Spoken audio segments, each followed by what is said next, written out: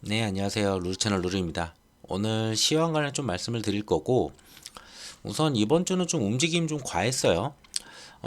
지난 주말 중에 이제 마지막에 갑자기 하루 전에, 장 시작 하루 전에 이슈가 터지면서 공매도 금지 카드가 나왔죠. 그걸 이제 2024년 6월까지 이제 공매도를 금지하겠다라고 하면서 좀 강하게 갭을 띄운 다음에 강한 양봉을 세우는 이런 모습이었어요.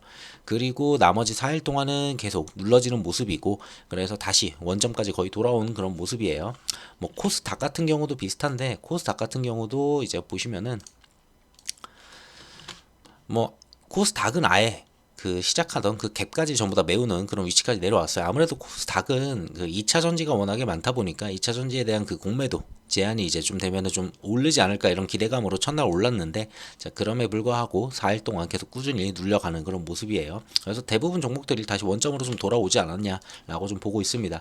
그래서 이 자리면은 사실 공매도 금지가 그냥 무작정 좋다라고 얘기하기도 또 그렇긴 하거든요. 외국인 자본들이 또 나갈 수도 있고 유출되는 그런 부분들이 있으니까 생각해 볼 게 되게 많은데, 우선은 이미 공매도를 금지하기로 했으니까 지금 현 상태로 봤을 때는 그러면은 그 카드로 인해서 지금 주가가 오른 게 있느냐라고 봤을 때는 지금 현재까지는 없어요. 왜? 4일 동안 뺐으니까. 자, 그러면은 다시 기술적 반등이라도 나오든 여기서 박스권을 그려내든 그러면서 어쨌든 옆으로 횡보하는 그런 그림으로 나오는 게 그나마 가장 양호해요. 뭐 미증시처럼 반등 나와가지고 좀 강하게 가면 좋은데, 사실 공매도 제한 카드가 나온 다음부터는 나스닥이랑 지금 좀 달리 움직이거든요. 자, 나스닥 같은 경우는 지금 하락 추세를 갖다가 전에 그려놨었죠. 자, 고점 맞고 지지받고 다시 고점 맞고 다시 지지받고 고점 맞고 다시 지지받고, 그러다가 이번에는 이 터널, 이 하락 터널을 갖다가 돌파하면서 뛰어넘는 그런 자리가 나왔어요. 그래가지고 얘는 눌리더라도 웬만해서는 여기를 갖다 지켜만 준다면은 옆으로 횡보를 때리더라도 추후에 상승할 가능성이 매우 높아진 그런 차트로 좀 전환되는 그런 모습입니다. 그래서 나스닥이랑 동일하게 이렇게 돌파가 나왔느냐라고 봤을 때는, 자, 코스피를 보더라도, 이건 코스닥이죠. 코스피를 보더라도 뭐 돌파가 나오진 않았어요. 그 다음에 그대로 눌렸죠. 오히려 얘 같은 경우는 지금 좀 방향이 좀 달라요. 그래서 좀 공매도 제한이 된 다음부터 좀 움직임이 나스닥을 동일하게 따라가지 못하고 있다. 어느 정도는 따라가려는 모습은 보여요. 근데 그럼에도 불구하고 미증시랑 지금 이제 약간 커플링 하던 그런 모습들이 많이 사라졌어요.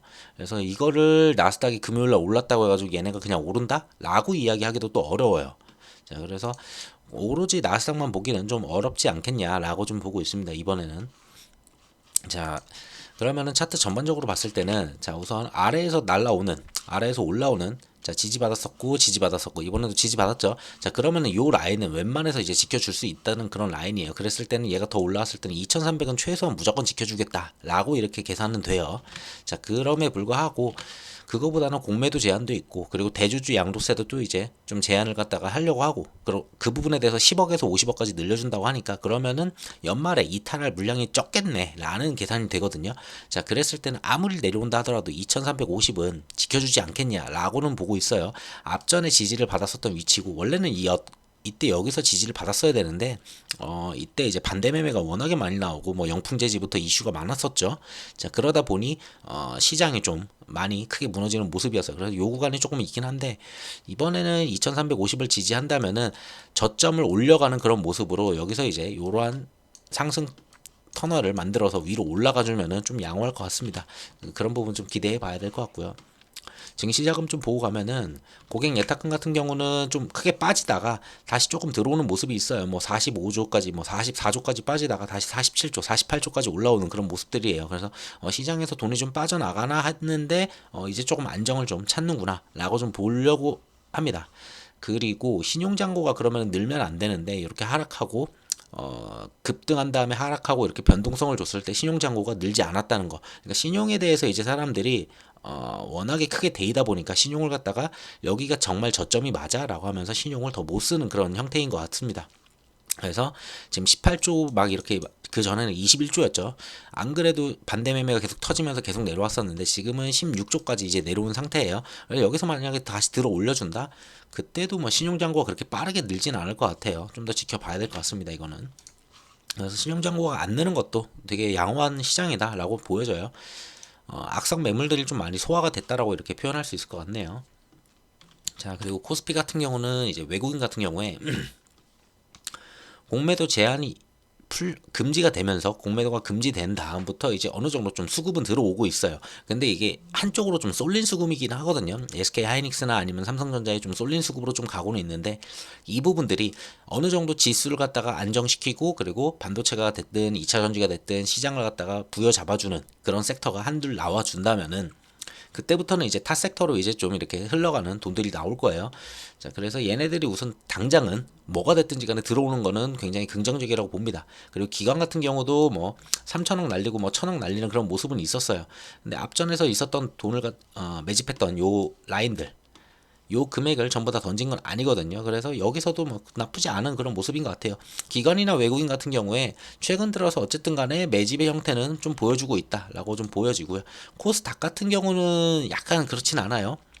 뭐 사느니 마느니 하고 있는데 그냥 시간 조정을 좀 보여주려고 하는 건지 사다 팔다 하는데, 그렇다고 정신 나간 듯이 던진 것도 아니에요.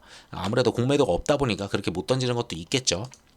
자, 그리고 선물 같은 경우를 봤을 때도 외국인은 선물도 샀고 현물도 샀고 전부 다 돈이 좀 들어오는 그런 모습이에요.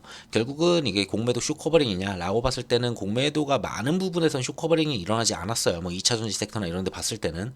자, 근데 오히려 반도체 대형주들 쪽으로 좀 돈이 좀 많이 들어가는 그런 모습인 것 같습니다. 아무래도 공매도도 안 되고 이것저것 안 되니까 그냥 가장 무난한 종목으로 좀 가는 게 아니냐라고 좀 생각이 드는데, 그렇게 됐을 때는 시장이 강하게 반등을 한다거나 뭔가 좀 그런 움직임 기대하기는 조금 어렵지 않겠냐. 그래서 제가 기대하는 거는 옆으로 좀 횡볼 때려주면서 천천히 눌림 받고 반등하고 다시 눌림 받고 다시 반등하고, 이런 모습 정도면은 그나마 좀 양호하다고 봅니다. 자, 코스피 같은 경우에 당장 봐야 되는 거는 2500선이에요. 2500선이 굉장히 중요한 지지선이었었고, 이 구간이 무너졌으면서 이제 좀 힘들어졌거든요. 자, 여기서 2500선 위로 올려놓는다, 여기로 올려놓는다라고 했을 때는 시장이 하락 추세에서 어쨌든 간에 전환하는 그런 추세로 전환된 가능성이 높아요. 그래서 하단은 2350을 보되 상단은 2500선 저항을 보시면 될 것 같습니다. 그리고 지금 시작하면 이거 다 봤죠? 그리고 이제 뉴스를 좀 보게 되면은 공매도 금지가 이제 있었는데, 방금 차트에서 보셨다시피 하루 그냥 반짝하고 오른 다음에 4일 내내 연일 내려가는 그런 모습이었고, 결국은 봐야 되는 거는 3분기 실적 되게 중요하죠. 3분기 실적 거의 다 나오긴 했는데 뭐 이제 실적 괜찮은 애들, 힘들다는 시기죠. 지금 하반기 힘들다, 기업들 힘들다고 하는데 3분기 실적 그리고 4분기에 어떨지 컨센 같은 거, 그런 게 좀 괜찮게 나오는 종목들이 이제 좀 걔네들이 주도할 가능성이 높고요. 그리고 공매도가 금지되다 보니까 외국인들이 살 수 있는 게 어느 정도 한정돼 있어요. 결국은 계속 모을 수밖에 없는 종목들, 뭐 삼성전자, 하이닉스 이런 데로 약간 수급이 쏠릴 수는 있어요. 그래서 그쪽으로 좀 쏠리면서 가면은 타 종목들이 조금 아쉽겠죠. 그래서 걔네들 어떻게 되는지 좀 지켜보시면 될 것 같고요. 걔네들이 어느 정도 안정되고 어느 정도 매집이 끝나면은 그 다음에는 결국은 타 섹터로 또 이제 돈이 올 수밖에 없어요. 계속 그것만 살 수는 없거든요. 얘네들도 그렇게 좀 봐주시면 될 것 같고, 거기에다가 이제 추가로 연말 되면 언제나 나오는 게 이제 대주주 양도세인데, 10억 이상 들고 있는 종목에 대해서는 수익금에 대해서 뭐 20%, 20%인가 25% 이렇게 내는 게 있거든요. 자, 차익에 대해서 대주주는 최소 차익에 대해서 20% 이상 양도세를 내야 됩니다. 그게 이제 한 종목에 10억인데, 자, 지금 그것 때문에 언제나 나왔던 게 11월, 12월 되면은 개인 대주주들이 물량을 다 던지기 시작해요. 그래서 계속 이탈 물량이 나오는데, 그 부분을 막기 위해서 자, 결국은 이제 50억 이상으로, 아직 확정된 건 아니에요. 10억 원에서 50억 원 이상으로 이제 좀 변경하려고 합니다. 뭐 아무래도 사실 이거는 공매도나 그리고 대주주 양도세 이거 바꾸는 거, 이런 걸 봤을 때는 결국은 총선을 생각한 거라고밖에 답은 안 되는 것 같아요. 근데 어쨌든 시장에는 긍정적인 조치는 맞다라고 좀 봅니다. 그래서 그러면은 연말에 매번 나오던 그 물량들 덜 나오겠네, 거의 안 나올 수도 있겠네, 이렇게 생각할 수가 있어요. 그러면은 그걸로 찍어 누르는 공매도 세력이 있느냐? 공매도도 막아놨죠. 그러면은 시장은 그렇다고 반등을 세게 하겠느냐 봤을 때는 개인들 예탁금이 그렇게 많지가 않아요. 지금 개인 예탁금으로 막 끌어올려야 되는데 그렇지도 않고, 그렇다면 외국인이 사줘야 되는데, 자, 외국인 같은 경우에는 지금 사고 있는 게 아까도 말씀드렸다시피 대형 반도체만 그냥 사고 있어요. 그러다 보니까 시장은 버텨주는 것 같은데 왜 내 종목은 안 오르지, 약간 이런 모습이 계속 나오는 거예요. 그래서 어쨌든 간에 뭐가 됐든지 간에 뭐 공매도 맞고 요거 했던 거는 나쁘진 않아요. 나쁘진 않은데 요걸로 인해 가지고 막 급등을 하겠다, 요런 시그널은 아니라고 봐요. 그래서 다만 추가 하락은 없겠다 라고 좀 보입니다. 그래서 강하게 추가 하락이 나온다 하더라도 2350이면 충분하지 않겠냐라고 좀 보고 있습니다. 자, 그리고 목요일이었죠. 파월 연준 의장이 이제 연설이 하나 있었는데, 자, 앞전에 FMC에서 파월 의장이 이제 이 얘기했을 때는 굉장히 비둘기파적이었어요. 비둘기파적이었는데 이번에 왔을 때는 약간 매파적이었어요. 그래가지고 인플레 둔화는 약간 다행이지만 2%로 가려면 갈 길이 여전히 멀다. 뭐 맨날 하던 말인데 뭐 전에는 FOMC 때 비둘기적으로 했는데 너 왜 그래? 약간 요런 느낌으로 해가지고 시장이 한번 눌리는 모습이 나왔고, 그러면서 국채금리가 상승을 했지만 바로 다음날 다시 국채금리는 떨어졌어요. 그래서 뭐 크게 이슈가 되지는 않을 거는 같아요. 그래서 얘는 하루짜리 이슈로 좀 넘어가는 그런 모습인 것 같았습니다. 그래서 하루짜리 이슈로 이제 뭐 파월의 그 매파적인 발언으로 이제 강하게 좀 하락을 했지만 그거를 바로 되돌려주는, 더 강하게 되돌렸죠. 그러면서 나스닥이 2% 이제 금요일날 올라가면서 이제 반발 매수가 나와오는 그런 모습이었어요. 자, 봤을 때는 나스닥 같은 경우는, 자, 앞전에 여기를 고점으로 만약에 작용을 했다고 하고, 그리고 파월 때문에 이렇게 빠졌다고 했을 때 그걸 갖다 뒤집어 엎는 강한 양봉이 떴죠. 근데 그 양봉이 앞전에 음봉보다 더 높이 더 치솟았고 고점을 갖다 갱신하는 모습이기 때문에, 앞전에 있었던 웬만한 고점을 다 갱신했기 때문에 오히려 저는 금요일날 이 움직임이 더 중요하다고 봅니다. 그래서 방향이 상방 가능성이 더 높아지고 있구나 라고 좀 보여져요. 자, 이건 나스닥 얘기고, 아까 처음에도 말씀드렸다시피 지금 국장 같은 경우에는 여러 가지 공매도 금지, 그리고 대주주 양도세, 여러 가지 시장이 좀 변화가 좀 막 이루어지다 보니까 나스닥을 따라가지 못하는 그런 경향이 지금 계속 보이고 있어요. 그래서 추가로 좀 따라가는지는 월요일날 좀 지켜봐야 될 것 같고요. 자, 그리고 파월이 발언을 하면서 금리 인상 가능성이 거의 0에 가까웠었는데 한 10% 정도 올라오긴 했어요. 뭐 12월에 뭐 금리 인상할 가능성이 있다라고 하지만 저는 이건 불가능하다고 봐요. 지금 이걸 올릴 정도로 시장이 막 그렇게 최악이 아니거든요, 미국도. 그래서 굳이 이걸 안 올려도 어느 정도 잡혀가는 모습이기 때문에 매파적인 발언으로 눌러주는 형태만 이루었을 뿐 금리 인상까지는 하진 않을 거라고 봅니다. 그래서 계속 동결로 가지 않을까, 미국 같은 경우에 이렇게 보고 있고요. 자, 그리고 좀 안 좋은 얘기로는 미국이 이제 금요일날 뭐 한 2% 정도 이제 올랐죠. 나스닥이 2% 가까이 올랐는데, 자, 그 장이 끝난 다음에 무디스에서 미국 신용 등급을 갖다가 안정적에서 부정적으로 하향 조치를 했어요. 이게 이제 시장이 어떠한 움직임을 보여줄지, 그리고 미국 내일 있을 국장이 움직일 때 이제 미선물이 움직이죠. 미선물이 어떻게 움직이는지, 그리고 미국 국채금리가 얼만큼 또 이제 혹시나 발작해가지고 막 미친 듯이 올라갈지, 그런 부분을 좀 확인을 하셔야 될 것 같아요. 여기에 대해서 요 내용 때문에 시장이 움직였던 건 없거든요. 시장이 마감한 다음에 나왔기 때문에 이게 국장에 오히려 악영향을 칠 수 있다라고 좀 보여집니다. 그래서 예로 인해서 신용등급이 만약에 부정적으로 간다면은 국채금리는 당연히 올라갈 수밖에 없고, 그러니까 국채 가격이 할인이 더 세져야 된다는 거죠. 국채 가격이 더 낮아질 수밖에 없고 금리는 더 올라갈 수밖에 없다. 그래서 국채 금리가 더 올라간다면은 금리 인상 가능성이 더 올라갈 거고, 그러면 긴축을 더 해야 되는 거 아니야? 이런 얘기가 또 나오겠죠. 그러면서 당연히 시장은 더 눌릴 가능성이 있겠고요.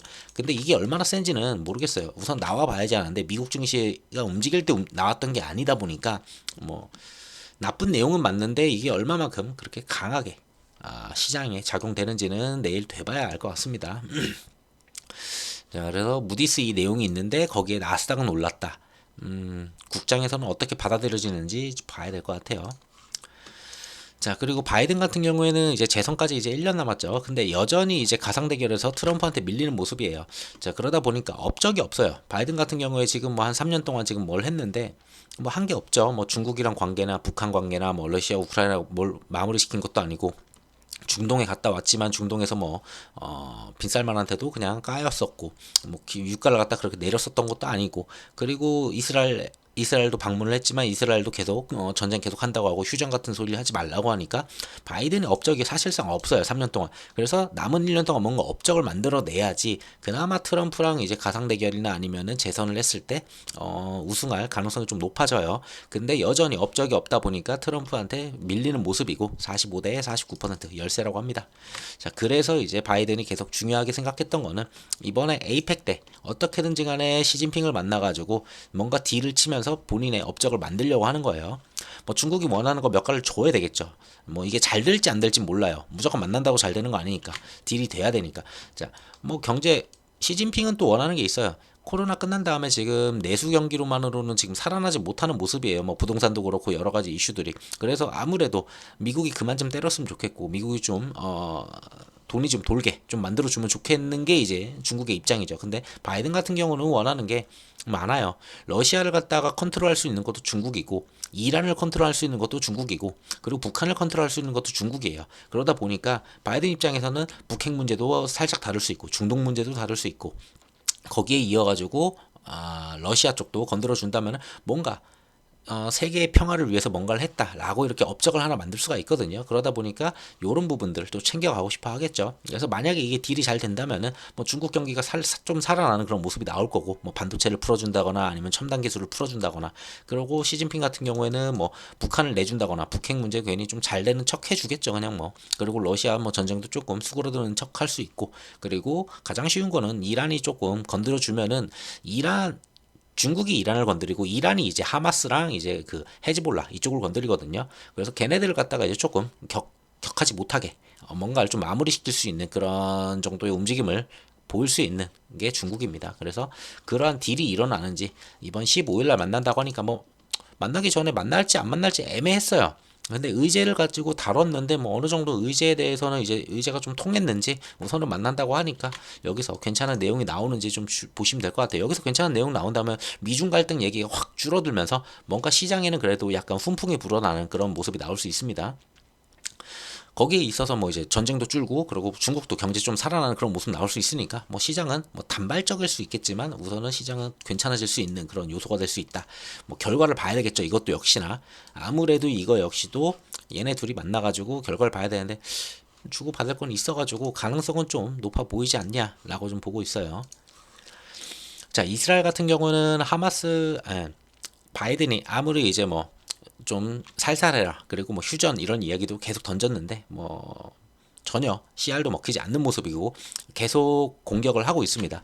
그 상황에서 지금 세계가 전부 다 이제 이스라엘 좀 과한 거 아니냐라고 이제 좀 비난을 하는 그런 모습이고, 자, 그 사이에 이제 하마스는 민간인 100여 명을 전부 다 석방할 수 있다, 뭐 이제 협상 중이다, 이런 내용이 나오고 있어요. 자, 이렇게 보면은 하마스가 처음에는 나쁜 놈, 약간 요런 식의 프레임으로 갈 뻔했었는데 이스라엘이 민간인을 너무 공격을 하다 보니까 너네도 나쁜 놈, 약간 요렇게 됐거든요. 그래서 누구 하나 잘했다라는 그게 없어요. 자, 그런 상황에서 하마스가 석방을 우리는 하려고 해라고 하니까 점점 이스라엘의 그 합리성이 좀 많이 떨어지죠.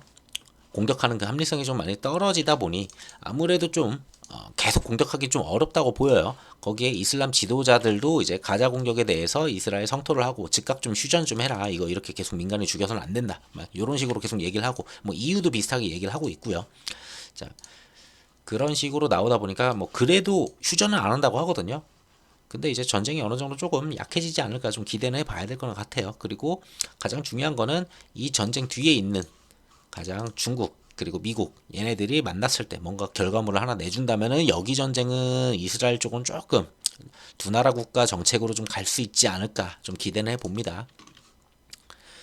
자, 다음 주 봐야 되는 거는 이번 주는 뭐 이랬었고, 이번 주는 사실 국장은 좀 완전 따로 놀았잖아요. 뭐 워낙에 따로 놀아서 시장이 반도체 아니면 그냥 2차 전지였어요. 완전 시장 자체가.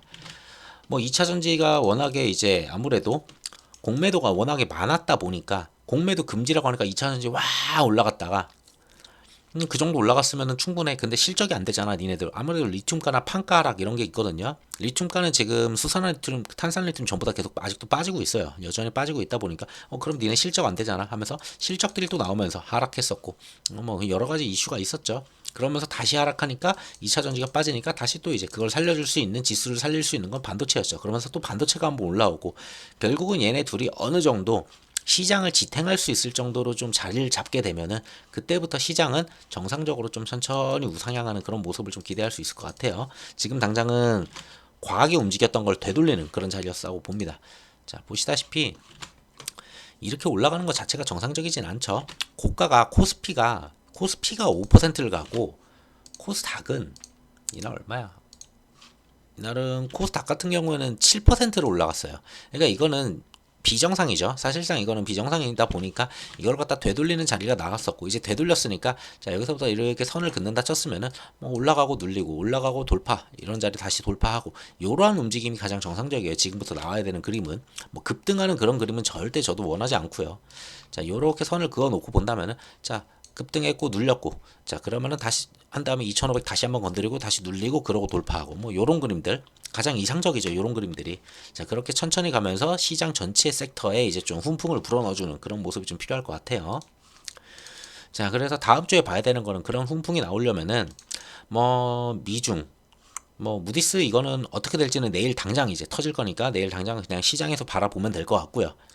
15일날 이제 나오는 거죠. 15일날 나오는 요 내용이 이제 좀 중요할 것 같아요. 요 내용을 좀 보시면 될 것 같고, 그리고 가장 중요한 거는 CPI예요. 그리고 셧다운 가능성이 있는데, 이게 17일이거든요. 17일날 하원 의장이랑 이게 있는데, 이게 또 셧다운 얘기가 나올지는 가봐야 될 것 같아요. 아니면은 뭐 예산안 타결 안 되면 당연히 또 어쩔 수 없이 임시 예산안으로 가겠죠. 임시 예산으로 가면은 뭐 한 달 반 정도, 45일 정도 또 시간을 버니까 우선은 그걸로 또 이어가지 않을까 그렇게 보고 있어요. 전에 하원 의장이 잘렸죠. 하원 의장이 좀 잘린 다음에 다시 하원 의장을 뽑았는데, 그 하원 의장 같은 경우에 지금 친트럼프예요. 그러다 보니까 트럼프 쪽에 많이 붙어 있어요. 그렇기 때문에 웬만해서는 이게 예산안이 쉽게 타결될 가능성은 낮아요. 근데 그렇다고 미국을 셧다운 시키겠냐라고 했을 때는 결국은 임시 예산안으로 갈 가능성이 매우 높다라고 보여져요. 그래서 뉴스에서는 이런 얘기는 좀 나올 수 있어요. 뭐 16일, 뭐 15일, 16일 정도 됐을 때는 이거 정부 셧다운 되는 거 아니야라고 하면서 한 번 정도 겁주는 움직임은 있을 수 있는데, 하원 의장도 솔직히 말해가지고 처음 됐잖아요. 걔가 잭슨인가?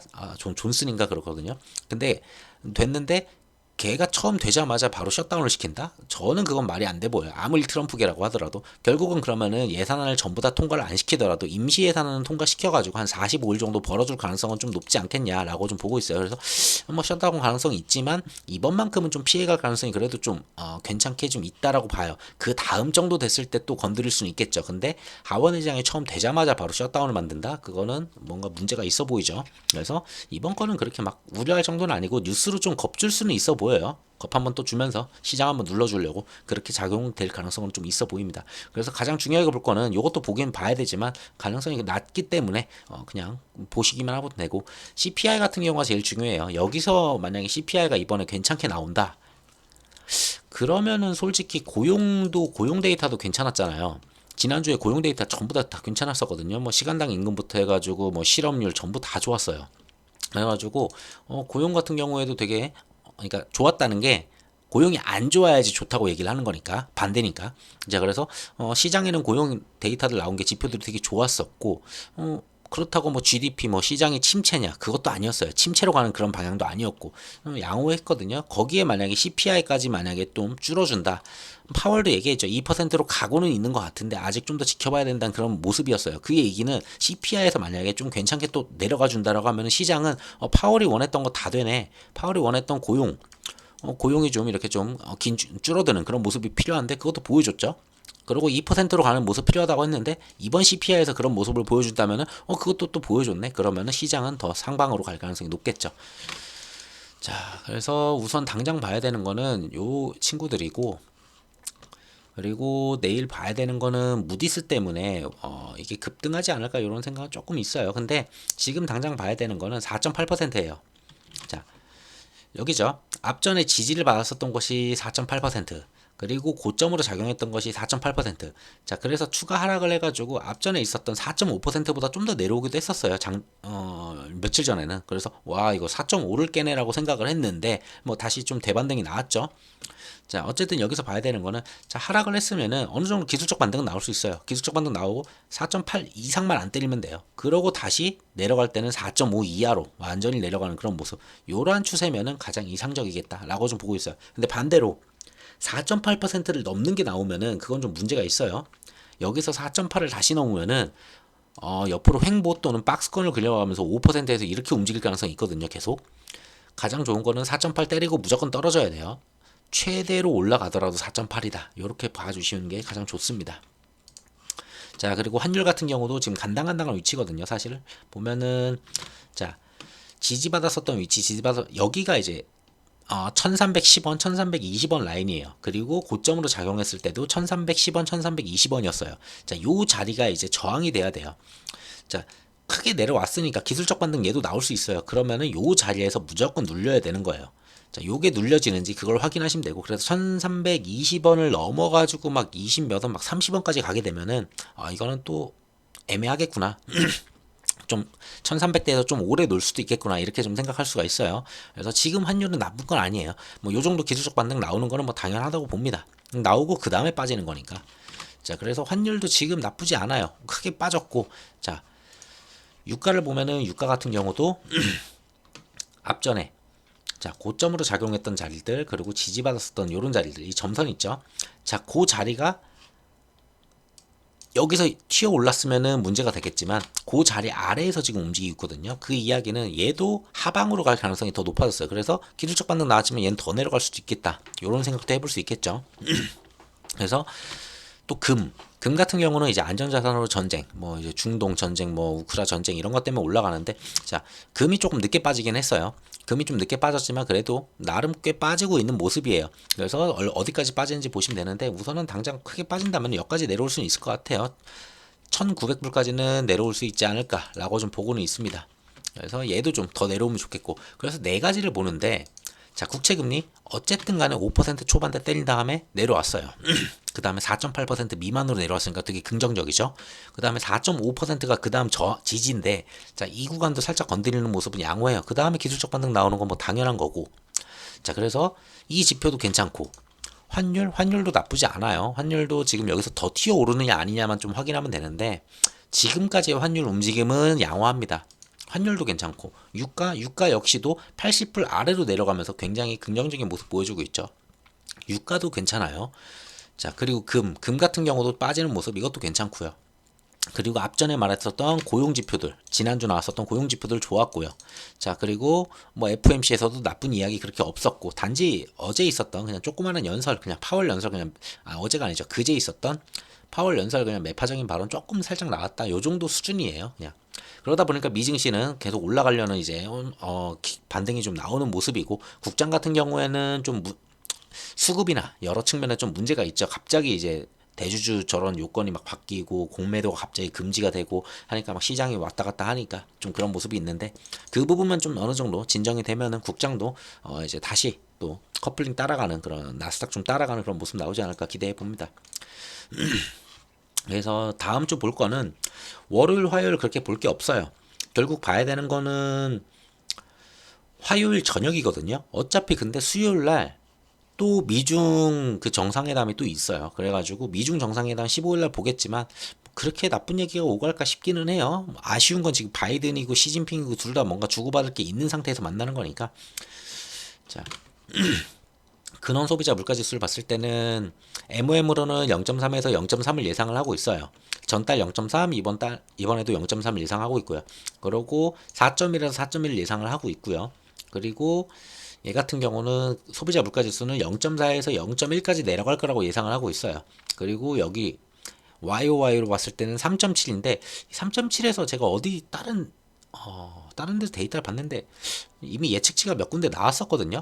3.1인가 3.3인가 이래요. 그래가지고 여기까지 만약에 다시 빠져준다, 만약에 이렇게 좋은 데이터가 나와준다라면은 정말 시장에서 이미 예상하고 있는 그런 수치긴 하지만 그 예상치만큼 나와주거나 그거보다 더 내려가 준다, 그랬을 때는 굉장히 긍정적인 시장 반응이 나오겠죠. 왜? 파월이 2%로 가는데 힘들다라고 했는데 2%로 그냥 가고 있잖아요. 그러면은 당연히 시장은 환호를 또 할 겁니다. 자, 그래서 요게 데이터가 굉장히 중요하고, 그 다음 나오는 15일 날은 뭐 특별한 거 없어요. 바이든이랑 이제 시진핑 어떤 얘기들 나오는지 공동 성명 같은 거 이런 거 좀 봐주시면 될 것 같고, 그 다음에 하나 또 볼 거는 여기 근원 소매 판매랑 이제 생산자 물가지수. 너무 침체로 가도 안 되고 너무 호황이어도 안 되는 게 지금 미국 상황이에요. 그리고 생산자 물가지수는 그냥 예상치만큼만 적당히 나와주면 좋을 것 같아요. 그리고 근원 소매 판매도 너무 잘 나오면은 이거 인플레가 안 잡히는 거 아니야, 이럴 수 있고, 너무 떨어져 버리면은 이거 침체로 가는 거 아니야, 이럴 수 있으니까 얘 역시도 그냥 적당히 조금 소폭 떨어지는 정도로만 그렇게 마무리가 되는 게 가장 좋습니다. 그래서 이 소매 판매 역시도 0.7에서 지금 마이너스 0.1까지 보고 있는데 마이너스 0.1 이거를 시장이 어떻게 반응할지 모르겠어요. 마이너스까지 나오게 된다라면은 이거 침체로 가는 거 아니야라고 해석할 수도 있는데 저는 그냥 이럴 때는 그냥 0% 정도 이렇게 딱 나와서 그냥 깔끔하게 이도저도 아니게 시장이 아무것도 못하게 그런 숫자가 나왔으면 좋겠네요. 자, 그리고 쭉 목요일 보게 되면 어차피 목요일 정도 되면은 그 정상회담 이제 슬슬 끝나가면서 이제 내용들이 좀 나올 거예요. 그러면서 거기서 이제 시장을 갖다가 이끄는 거지. 여기 있는 웬만한 데이터로 이끌 만한 건 그렇게 없어 보여. 뭐 실업 청구 수당 이런 거 있지만 이거예요. 계속 왔다 갔다 하는 애들이니까 그냥 봐주실 정도면 충분하다라고 좀 보고 있어요.